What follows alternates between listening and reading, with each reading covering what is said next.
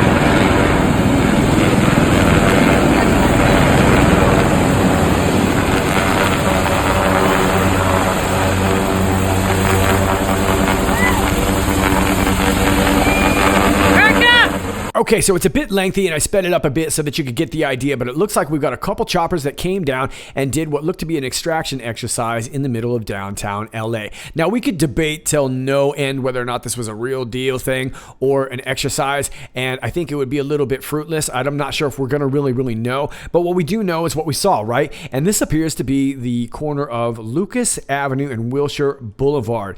And right here, if you can find my mouse here, I'll try to zoom in as much as I can. You can see it goes white if I get too close, so we'll leave it right there. But if you can follow my mouse, this is the Wells Fargo Bank that appears to be in the background as we see this chopper come right down Wilshire Boulevard, and it lands in between this right here. I'll zoom it in just so you can see it right here, the Guatemala House of Culture, and 1126 Wilshire Boulevard. It appears that our chopper landed right in between there, and then we saw a couple crews come out. The second one looked like they were holding something coming out of this Guatemalan House of Culture. Now, this is 1138 Wilshire Boulevard, and I have this pinged over here at 1126 Wilshire Boulevard. The reason I'm talking about 1126 Wilshire Boulevard is because it belongs to the law offices of Girardi and Keese. That would be Tom Girardi, and Tom Girardi's a big deal in LA. As a matter of fact, he's married to one of those Real Housewives. This is from Us Magazine. Real Housewives of Beverly Hills star Erica Jane's husband, Tom Girardi, hit with $15 million lawsuit. Is the party over? The Real Housewives of Beverly Hills star Erica Jane's husband, Thomas Girardi, is facing a $15 million lawsuit for allegedly failing to repay loans that totaled the same amount. The Blast reported on Friday, January 18th, that Law Finance Group is suing Girardi and his law firm, Girardi Keese, after the company gave the 79-year-old $15 million to fund his business. According to court documents obtained by the website, he allegedly did not pay back the loans. Instead, Law Finance Group claims the loans, which were allegedly initiated in 2015, were used to maintain Mr. Girardi's lavish lifestyle and keep his prominent law firm financially afloat.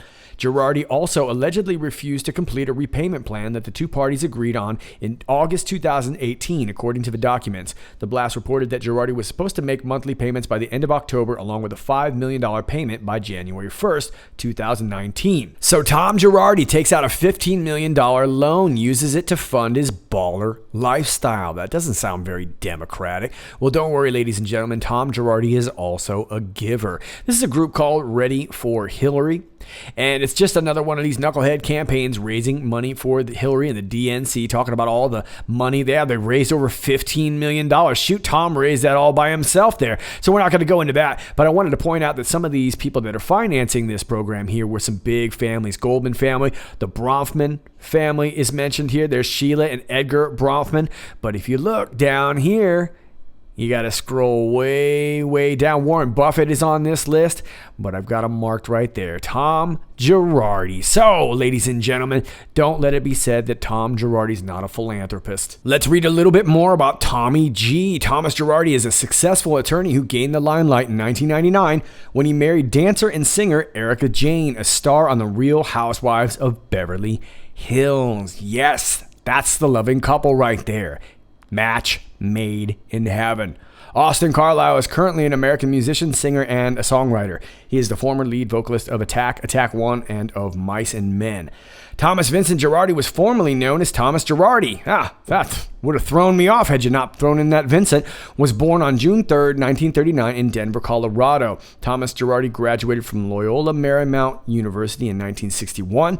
Then he went to finish Loyola Law School in 1964, and you can read the rest right there. But let's read a little bit about some of his career highlights. In 1970, Thomas Girardi became the first attorney in the state of California to win a $1 million plus award for a medical malpractice case. He has handled major cases against the former Lockheed Corporation, now the Lockheed Martin Corporation, PG&E, which is a massive case. We'll talk about that in a second. Metropolitan Transportation Authority, and Hollywood's 7 major movie studios. In another high-profile matter, Thomas Girardi was among a group of lawyers who attempted to enforce in U.S. courts a $489 million default judgment entered by a court in Nicaragua, allegedly against Dole Food and Shell Chemicals. Allegedly against Dole Food and shell chemicals, based on the effects of the pesticide DBCP upon exposed workers. The U.S. courts found that Girardi and others had submitted a translation of the pertinent Nicaraguan documents that was flawed in crucial respects. Thomas and others were formally reprimanded, and their law firm was fined for violation of their duty of candor to the courts. It was a big fine. Now, actually, the biggest one was this PG&E case, which happened back in the day. It was the inspiration for the acclaimed film Erin Brockovich starring Julia Roberts. Yeah, PG&E ended up having to pay a whole bunch of money. Incidentally, PG&E just filed for Chapter 22 bankruptcy, which is essentially Chapter 11 twice. 11. Thomas Girardi's salary and net worth. He has a salary is $166,892 a year, but his net worth is unknown. Well, we know he had a loan for $15 million. My goodness.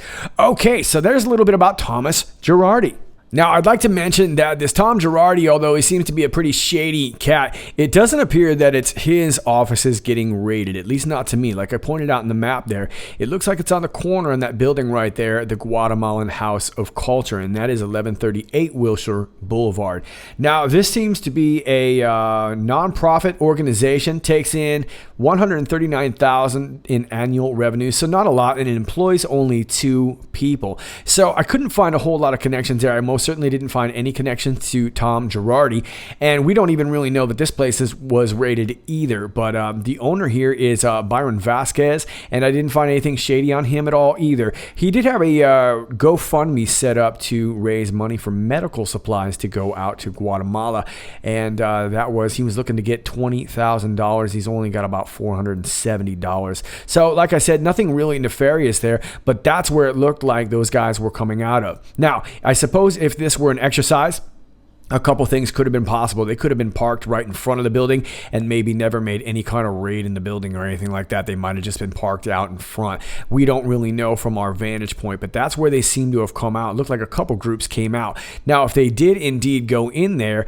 it would be very interesting to know why. What were they doing over there? Like I said, it didn't appear like they were in the Girardi's office. I just found it very interesting that he was right next door. But it did look like they were coming out of this Guatemalan House of Culture. And the only other thing of note that I'd like to add here, and I'll see if I can kind of point it out here. You can see this red dot right here. This is where it was. This is where Tom Girardi's office. Block or two, we find Para los Niños. And the only thing of note that I want to point out there is that this was one place that Michelle Obama visited back in 2018 during one of her visits. She made a stop over there at Para los Niños. Now, I didn't find anything nefarious there either, but I found it very interesting that we've got a couple kid organizations right next door. And you know, as far as Tom Girardi, I've heard some talk online that he was the one handling the Allison Mack case. I do not know that to be true. I was not able to find anything. I'm happy to stand corrected on that, but as of now, I haven't found anything to that. Now, the only connections I have found is that he seems to be on some similar donor list as the Bronfman family, as I showed you at the beginning of the video. But those were the only connections that I found to NXIVM, at least so far. So I don't want to make any, sort of damning critique of either Girardi or this Guatemalan House of Culture, but we did see this happening in this area, so there you go. Now we're over here on the Hill. John Solomon is busting out this story. Mueller hauled before secret FISA court to address FBI abuses in 2002, Congress told. Robert Mueller, the former FBI director and current special prosecutor in the Russia case, once was hauled before the nation's secret intelligence court to address a large number of instances in which the FBI cheated on sensitive surveillance warrants, according to evidence gathered by congressional investigators. For most of the past 16 years, Mueller's closed-door encounter escaped public notice because of the secrecy of the FISA court. But thanks to recent testimony from a former FBI lawyer, we now have a rare window into documented abuses of the FISA warrants and how the courts handled the matter.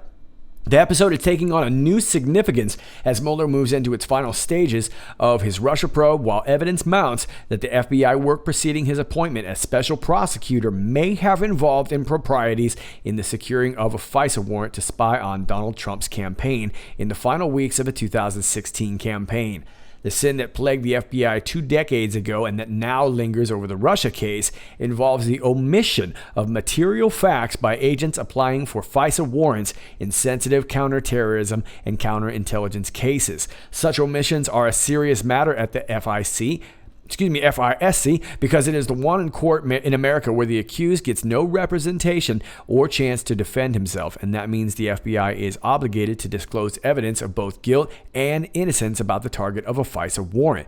Tricia Anderson, who recently stepped down as the FBI's principal deputy general counsel, told House investigators late last year in an interview that early in Mueller's FBI tenure, nearly 2 decades ago, the FISC summoned the new director to appear before the judges to address concerns about extensive cheating on FISA warrants. It preceded my time with the FBI, but as I understood it, there was a pattern of some incidents of omission that were of concern to the FISA court that resulted in former Director Mueller actually appearing before the FISA court, Anderson told Congress. Peter Carr, a spokesman for Mueller at the special counsel's office, declined comment on Anderson's testimony. So too did FBI spokeswoman Kelsey Pitantron. Other sources who worked for Mueller at the time told me that the court's concerns arose in 2002 and 2003, shortly after America was stunned by the September 11, 2001 terror attacks, when the FISA court learned that the FBI had omitted material facts from FISA warrant applications in more than 75 terrorism cases that dated back to the late 1990s. And ladies and gentlemen, we've talked about this actually one time before, so I'm really glad that this is coming out in the Hill. But this is very, very important. Listen to this again. Other sources who worked for Mueller at the time told me that the court's concerns arose in 2002 and 2003, shortly after America was stunned by the September 11, 2001 terror attacks, when the FISA court learned the FBI had omitted material facts from FISA warrant applications in more than 75 terrorism cases that dated back to the late 1990s. Now, I've mentioned this before. This goes way back before FISA. FISA was just simply another cover-up that failed. Most of the omissions occurred in FBI work that predated Mueller's arrival, the sources said, but the court wanted assurances that the new sheriff in town was going to stop such widespread abuses. Mueller told the court the FBI had created a new system called the Woods Procedures, which I think is going to be talked about even more in the future, named for the FBI lawyer who drafted them, to ensure FISA warrant applications were accurate and did not omit material information, according to Anderson's congressional interview. My understanding is he committed to the court to address the problem and that the series of reforms that we implemented, including the use of the Woods form, were the direct result of his engagement before the FISA court, Anderson told Congress. Mueller does not appear to ever to have publicly addressed his appearance before the FISA court, but once in follow-up written answers to the Senate Judiciary Committee, he acknowledged there was a period in which the FBI was caught filing inaccurate FISA warrants. And I'm going to leave this for you below. It's a pretty big article. I'm going to get it through, but you can click this hyperlink to see that. Prior to implementation of the so-called Woods procedures, there were instances where inaccurate information was provided by FBI field offices and headquarters personnel to the court, Mueller wrote to senators in 2003. A declassified FISA court order from 2002 gives a glimpse into how serious the omissions were. In one case, the FBI failed to tell the court that the person they were seeking a FISA warrant was to surveil was, in fact, one of their own informants. So they were spying on their own informants. So this is a lengthy article, but it is rather important information, especially that it's coming out. A lot of this we already knew, but it's very important that this start coming out in the public narrative. We know the FBI falsely told the court in the first application warrant that it knew of no derogatory information about the dossier author Christopher Steele, a retired British intelligence operative who worked simultaneously as an FBI source fired and a Clinton campaign opposition researcher. In fact, a senior Justice Department official named Bruce Orr warned the FBI that Steele was desperate to stop Trump from becoming president, and other evidence showed Steele had been leaking to the media in violation of FBI rules, all derogatory evidence weighing against Steele's credibility. Further, we've learned from congressional testimony of other FBI officials that the dossier contents had not been corroborated by the FBI when it was used in the FISA application, even though the Woods procedures mentioned above required that only corroborated evidence be used in support of a warrant request. And finally, we know from sources that the FBI had other evidence suggesting the innocence of 2 Trump campaign aides it targeted, Page and George Papadopoulos, that wasn't provided to the court. As such evidence has mounted, some Justice and FBI officials have whispered suggestions that the FBI didn't have an obligation to disclose such information, and therefore there were no abuses. Yet thanks to Anderson's recounting of the episode from 16 plus years ago, we now know that FISA judges don't tolerate omissions of material facts and were angry enough in an earlier time to haul the FBI director into court to make their point. Anderson testified Mueller got to see that lesson up close and personal. Got a flashback of signs, take you back, Taking you back in the not so way back machine to the Q post 2381, October 9th. And we're not going to go through this whole post. I just wanted to point out that Q had mentioned Tricia Anderson along with other FBI lawyers talking about all the DOJ that's been cleaned out the FBI. And this is sort of a laundry list right here. But as you can see, Tricia Anderson along with Michael Steinbach, John Glacalone, Randy Coleman, Kevin Kleismith, Tashina Gohar, and Sally Moyer. These were just some other names that were mentioned as being in the batter's box, meaning they were up next. And some of them were fired or forced. I'm assuming that kind of means the same thing, right? And a lot of them, of course, are giving testimony. And we're just starting to see little leaks here and there. And that's the way that, I've been kind of saying it. I know it's a little bit asinine, but this seems to be the way that they've chosen to do it. And we're starting to see more of this testimony kind of point out new information. A lot of it, essentially, we already know. But as far as bringing this into the general public, I think it gives them another couple years worth of material to keep leaking out. But there is your Tricia Anderson testimony. Now, let me take you to this article from a few days ago off the New York Post. Acting AG Whitaker makes surprise appearance at El Chapo trial.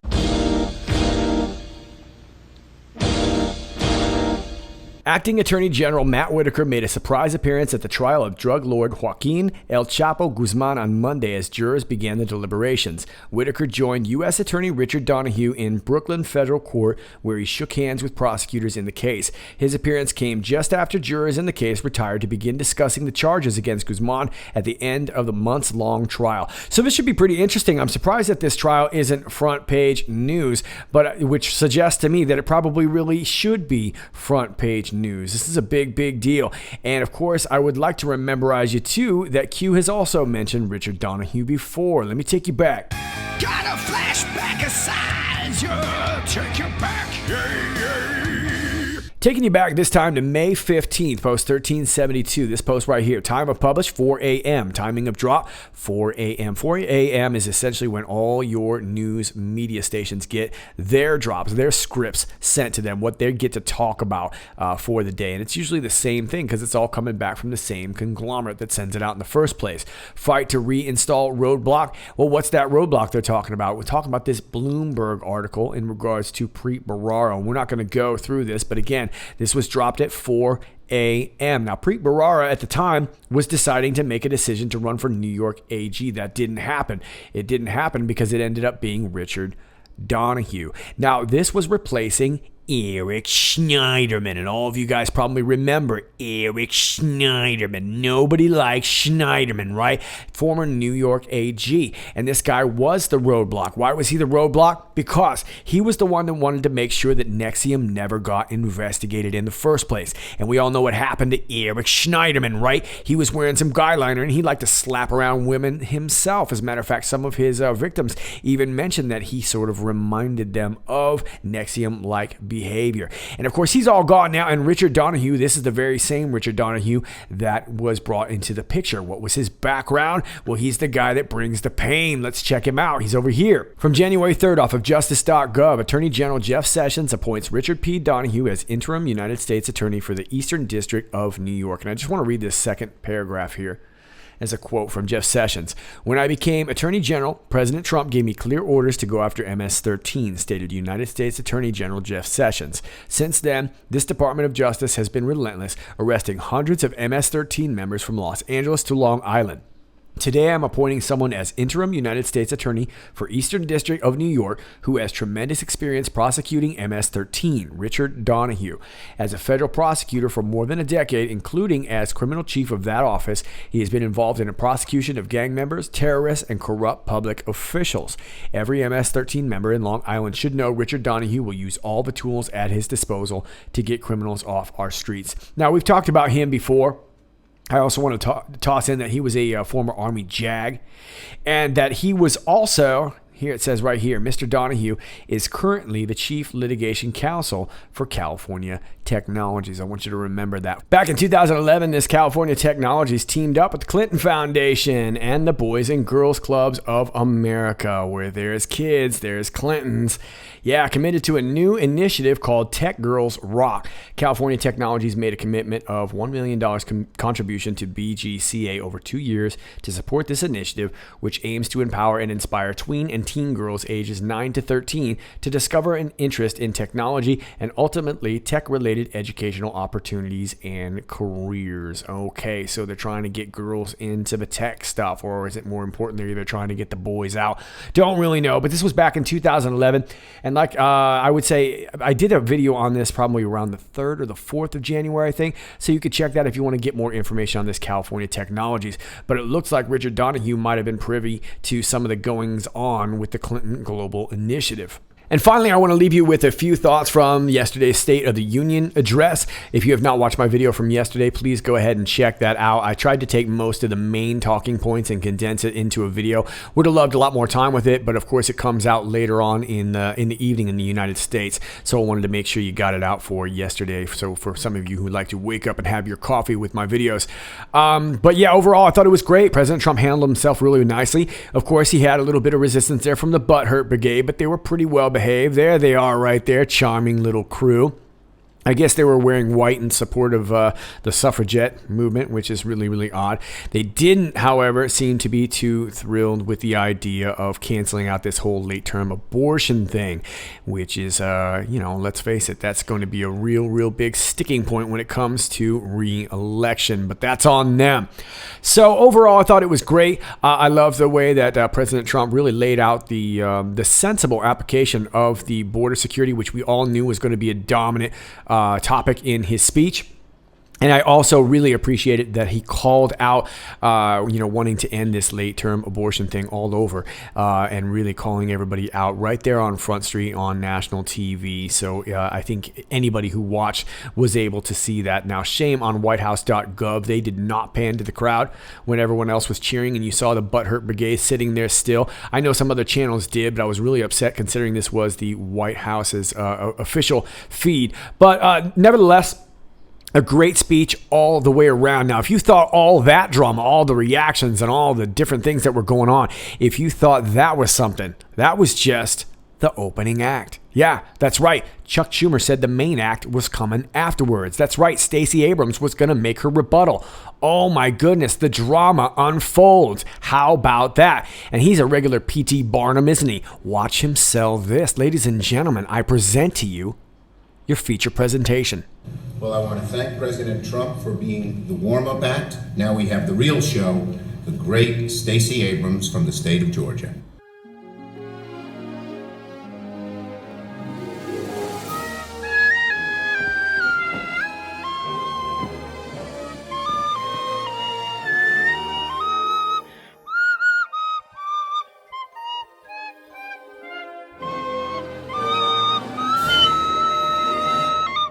Good evening, my fellow Americans, and happy Lunar New Year. I'm Stacey Abrams, and I'm honored to join the conversation about the state of our union.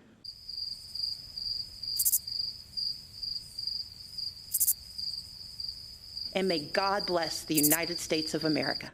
There it is. Bam! That's a barn burner right there. And as you can see, I've already done you the favor of condensing it down to just the highlights. You are welcome. All right, ladies and gentlemen, that's all I got for you today. As always, if you like this video, please click like, share, and subscribe. Thanks to all of you who already do that. If you're new to my channel, please keep in mind that from time to time, you'll be unclicked and unnotified and unsubscribed. That's how social media works these days when you're searching for truth. So just keep coming and checking back at In Pursuit of Truth. All my other links are down below to my Gab, my BitChute, my Real Dot video.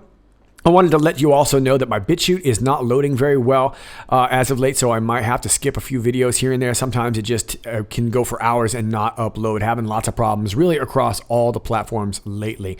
All right, all those links are down below. I'm also over here at Twitter at IPOT1776. That's at IPOT1776. My email is down below. If you're old school, my P.O. box is down below. And if you'd like to support the channel, my Patreon is down below too. All those links are down below, so go check that out. All right, kids, that's all I got for you today. This is Sir Patrick Mack, and until next time, stay free.